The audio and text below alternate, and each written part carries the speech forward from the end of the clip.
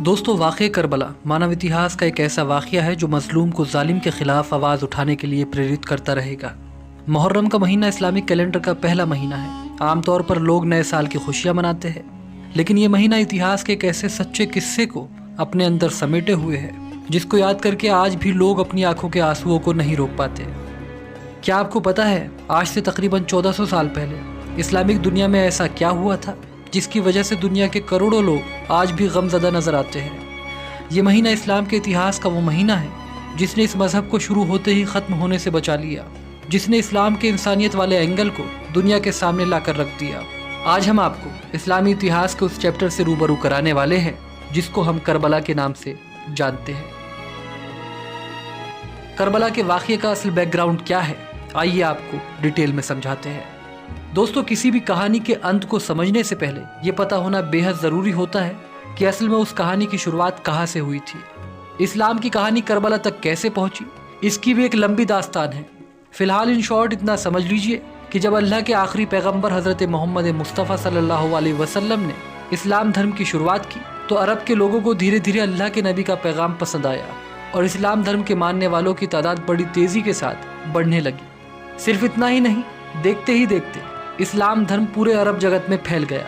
یہاں غور کرنے والی بات یہ ہے کہ اللہ کے آخری نبی نے اپنی زندگی میں یہ اعلان بھی کر دیا تھا کہ وہ اللہ کے آخری پیغمبر ہے اور ان کے بعد پیغمبر آنے کا یہ سلسلہ ختم ہو جائے گا۔ آپ کی معلومات کے لیے بتا دیں، حضرت محمد مصطفیٰ صلی اللہ علیہ وسلم کی ایک بیٹی تھی جن کا نام فاطمہ تھا۔ اللہ کے نبی نے اپنی بیٹی کی شادی اپنے چچا حضرت ابو طالب کے بیٹے حضرت علی سے کرا دی۔ جانکار بتاتے ہیں حضرت علی نے اسلام کو عوام تک پہنچانے میں بہت ہی مہتوپورن یوگدان ادا کیا تھا۔ یہی وجہ تھی کہ زیادہ تر لوگ یہ چاہتے تھے کہ پیغمبر صاحب کے بعد اسلام کی سرپرستی حضرت علی کو ملے۔ کئی لوگوں کا یہ کہنا ہے کہ اپنے آخری حج سے لوٹتے وقت غدیر خم کے میدان میں اللہ کے نبی نے اپنی زندگی میں ہی اس بات کا اعلان کر دیا تھا کہ میرے بعد حضرت علی ہی اسلام کے لیڈر ہوں گے، اور وہ باقاعدہ اس بات کو لے کر اللہ کے نبی کی حدیث اور ثبوت بھی پیش کرتے ہیں۔ خیر جو کچھ بھی ہو، جب 8 جون سن 632 عیسوی کو اللہ کے نبی کی وفات ہوئی تو کچھ لوگ ستہ کے لالچی ہو گئے۔ یہاں آپ کو بتاتے چلے کہ اصل میں کچھ لوگ اسلام دھرم میں ایسے بھی شامل ہو گئے تھے جو پہلے تو اسلام کے دشمن تھے، لیکن جب اسلام کی بڑھتی طاقت کے سامنے ان کی ایک نہ چلی تو انہوں نے بھی اسلام دھرم کو قبول کر لیا۔ جانکار بتاتے ہیں ان کا مقصد صرف اور صرف اسلام کی بڑھتی طاقت کا استعمال کرنا تھا۔ اسلام کے انہی لوگوں نے حضرت علی کو نبی کا وارث ماننے سے انکار کر دیا اور خود ستہ کی کرسی پر جا کر بیٹھ گئے۔ انہی لوگوں میں سے ایک شخص یزید کا باپ معاویہ بھی تھا۔ اس طرح اسلام دھرم کے ماننے والے 2 خیموں میں بٹ گئے۔ ایک تو وہ لوگ تھے جو حضرت علی کے ساتھ تھے، دوسرے وہ لوگ جو ان کے خلاف تھے۔ فی الحال یہ سلسلہ یوں ہی چلتا رہا۔ آخرکار بعد میں جا کر حضرت علی کو اسلام کی خلافت دی گئی اور کچھ اس طرح وہ مسلمانوں کے چوتھے خلیفہ بنے۔ دوستو، حضرت علی کے 2 بیٹے تھے، ایک کا نام تھا حضرت امام حسن اور دوسرے کا نام تھا حضرت امام حسین۔ امام حسن حضرت علی کے بڑے بیٹے تھے، اس لحاظ سے آگے چل کر امام حسن ہی اسلام کے خلیفہ بننے والے تھے، لیکن اس وقت سیریا کے گورنر معاویہ نے حضرت علی کے خلاف بغاوت کر دی۔ اس کا نتیجہ یہ ہوا کہ معاویہ حضرت علی کے بعد اسلام کا اگلا خلیفہ بن گیا۔ دوسری طرف آگے چل کر امام حسن کو بھی ایک سازش کے تحت زہر دلوا کر شہید کر دیا گیا۔ کہتے ہیں جھوٹ، فریب، لالچ اور دھوکے سے ستہ حاصل کرنے والوں نے یہی سے کربلا کی بنیاد رکھ دی تھی۔ اب سوال آتا ہے یزید کون تھا؟ تو آپ کو بتا دیں، یزید معاویہ کا بیٹا تھا۔ اتہاس میں ملتا ہے یزید ایک کیریکٹر لیس، شرابی اور مکار قسم کا انسان تھا، لیکن دوستو معاویہ نے خلافت کی شرطوں کو توڑتے ہوئے یزید کو اسلام کا اگلا خلیفہ گھوشت کر دیا۔ کل ملا کر کہے تو معاویہ کے اس اعلان سے یزید جیسا انسان اسلامک ستہ کی کرسی پر بیٹھ چکا تھا۔ معاویہ کی مرتیو کے بعد یزید نے اپنی سینا کی سہایتا سے اسلامک دنیا کو یہ ماننے پر مجبور کر دیا کہ وہی ان کا خلیفہ ہے، لیکن یزید کی طاقت اور جھوٹ کے سامنے ایک شخص دیوار بن کر کھڑا ہو گیا۔ اس شخص نے یزید کی بیعت ماننے سے صاف انکار کر دیا۔ یزید کی بیعت نہ ماننے والے اس شخص کا نام تھا امام حسین۔ جانکاری کے لیے بتا دیں، حضرت امام حسین اللہ کے نبی کے نواسے اور حضرت علی کے چھوٹے بیٹے تھے۔ امام حسین کا جنم اسلامک کیلنڈر کے مطابق 3 شعبان کو، تو وہی انگریزی کیلنڈر کے انوسار 8 جنوری سن 626 عیسوی کو ہوا تھا۔ اب سوال یہ آتا ہے کہ حضرت امام حسین نے یزید کی خلافت کو کیوں سویکار نہیں کیا؟ دوستو، بے شک یزید چھل اور جھوٹ سے خلافت تو حاصل کر چکا تھا، لیکن کیونکہ حضرت امام حسین اللہ کے نبی کے نواسے تھے اس لیے یزید کے لیے یہ ضروری تھا کہ امام حسین اس کی ستہ پر اپنی مہر لگا دیتے۔ اگر امام حسین یزید کی بیعت کر لیتے تو پورا اسلامی جگت یزید کی ستہ کو اسلام کی ستہ سویکار کر لیتا اور یزید کو اپنی حکومت پر عوام کی رضامندی بھی مل جاتی اور اسلام ہمیشہ ہمیشہ کے لیے ایک شیطانی قانون بن کر رہ جاتا۔ جانکار بتاتے ہیں کہ حضرت امام حسین اس بات کو بخوبی جانتے تھے اور اسی لیے انہوں نے یزید کی بیعت سے صاف انکار کر دیا۔ اس کے بعد یزید نے ہر طریقے سے امام حسین پر اس کی ستہ کو سویکار کرنے کے لیے دباؤ ڈالا، انہیں قتل کرنے کی دھمکیاں بھی دی، لیکن حضرت امام حسین اپنے فیصلے پر اڑے رہے۔ تمام پریاسوں کے بعد بھی جب یزید کو یہ سمجھ آ گیا کہ امام حسین اس کی بیعت نہیں کریں گے تو اس نے امام حسین کو قتل کرنے کا پلان بنانا شروع کر دیا۔ دوسری طرف جب امام حسین کو یہ پتہ چلا کہ یزید انہیں ختم کرنا چاہتا ہے تو انہوں نے 4 مئی سن 680 عیسوی کو مدینہ چھوڑ کر مکے کی طرف جانے کا فیصلہ کر لیا اور وہ کعبے کی طرف روانہ ہوئے۔ یزید کو جب امام حسین کے کعبے کی طرف جانے کی خبر ملی تو اس نے کعبے کی طرف اپنی فوج بھیج دی۔ تاریخ میں ملتا ہے کہ وہ امام حسین کو کعبے کے اندر ہی قتل کروانا چاہتا تھا، لہٰذا جب حضرت امام حسین کو اس بات کا پتہ چلا تو وہ عراق کے ایک شہر کربلا کی طرف چل دیے۔ وہ یہ چاہتے تھے کہ کعبے کے آس پاس خون خرابہ نہ ہو اور یہی سے کربلا پہنچنے کی سفر کی شروعات ہوتی ہے۔ اس کے بعد حضرت امام حسین 2 محرم سن 61 ہجری کو کربلا پہنچ گئے۔ انگریزی کیلنڈر کے انوسار یہ اکتوبر کا مہینہ اور سن 680 عیسوی تھا۔ امام حسین یہاں اپنے پورے پریوار کے ساتھ آئے تھے، ان کے ساتھ ان کے 72 ساتھی، مہیلائیں اور بچے بھی تھے۔ امام حسین کے کربلا جانے کی ایک وجہ یہ بھی تھی کہ عراق اور کوفے کے لوگ انہیں خط لکھ کر بلا رہے تھے، جس میں وہ لکھ رہے تھے کہ اے نبی کے نواسے، یزید کے ظلم و ستم سے ہماری حفاظت کرو۔ یہ کہتا ہے کہ کوئی نبی نہیں آیا، نہ کوئی قرآن ہے، نہ کوئی اسلام۔ یہ حلال کو حرام اور حرام کو حلال میں تبدیل کر دینا چاہتا ہے، لہٰذا اگر آج آپ ہماری نصرت کو نہ آئے تو ہم روز محشر آپ کے نانا سے شکایت کریں گے کہ وقت کا حکمران ظلم کرتا رہا اور آپ کا نواسا خاموش رہا۔ جس کے بعد حضرت امام حسین کربلا پہنچے۔ تاریخ میں ملتا ہے کہ انہوں نے کربلا پہنچ کر کچھ زمین خریدی اور وہاں اپنے خیمے لگا لیے۔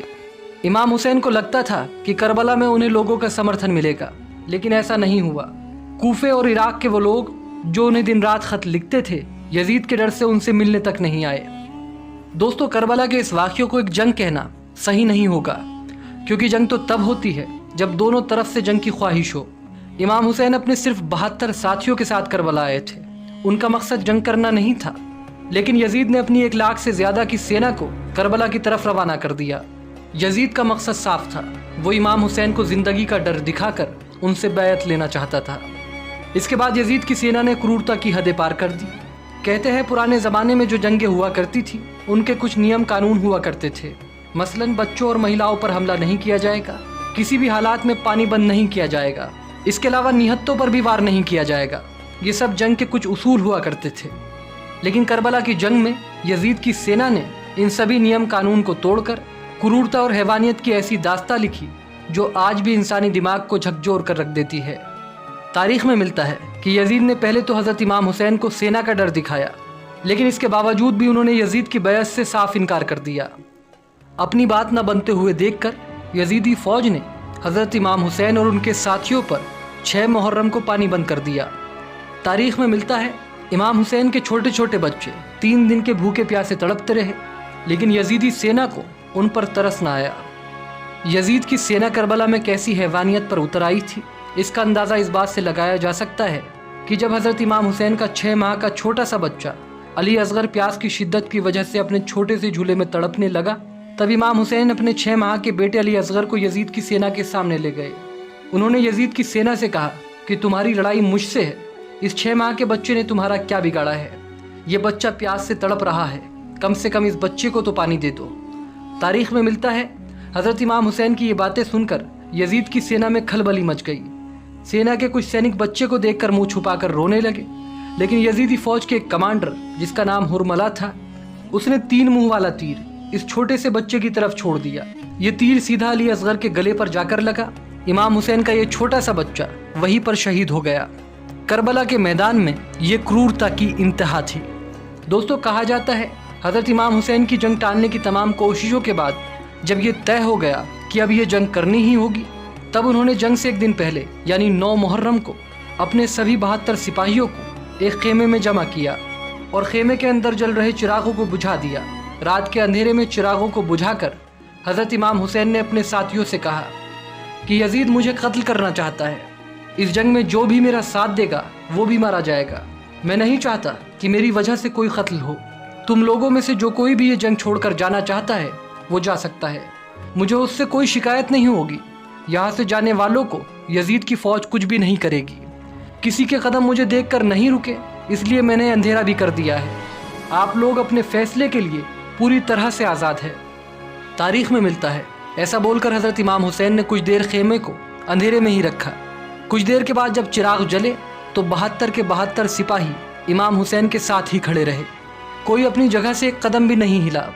وفاداری کی ایسی مثال بھی کربلا سے پہلے دنیا نے نہیں دیکھی تھی۔ ہمارے راشٹرپتا مہاتما گاندھی نے کہا تھا کہ اگر امام حسین جیسے 72 سپاہی میرے ساتھ ہوتے تو میں ہندوستان کو 24 گھنٹوں میں آزاد کرا دیتا۔ اس کے بعد 10 محرم سن 61 ہجری کو کربلا کی جنگ ہوئی۔ امام حسین کے پیاسے 72 ساتھیوں نے 1 لاکھ سے زیادہ یزیدی سپاہیوں کا ڈٹ کر مقابلہ کیا۔ کربلا کا میدان ایک خون کے دریا میں تبدیل ہو چکا تھا۔ امام حسین کے پیاسے سپاہی ایک کے بعد ایک اپنی جان کی قربانی دیتے رہے۔ امام حسین کے بھتیجے حضرت قاسم کو یزید کی سینا کی گھوڑوں کی ٹاپوں کے نیچے پامال کر دیا گیا۔ امام حسین کے بھائی حضرت عباس کے بازوؤں کو قلم کر دیا گیا۔ کہتے ہیں امام حسین کے 72 ساتھی اس یدھ میں ایسے لڑے کہ لاکھوں کی فوج کو کئی بار میدان سے بھاگنا پڑا اور یزیدی سینا کے ہزاروں سپاہی مارے گئے۔ آخر میں جب کربلا کے میدان میں ایک ایک کر کے امام حسین کے سارے سپاہی شہید ہو گئے تب امام حسین تنہا کربلا کے میدان میں کھڑے تھے۔ زندہ لوگوں میں صرف عورتیں، بچوں کے علاوہ ان کے ایک بیمار بیٹے حضرت امام زین العابدین ہی بچے تھے۔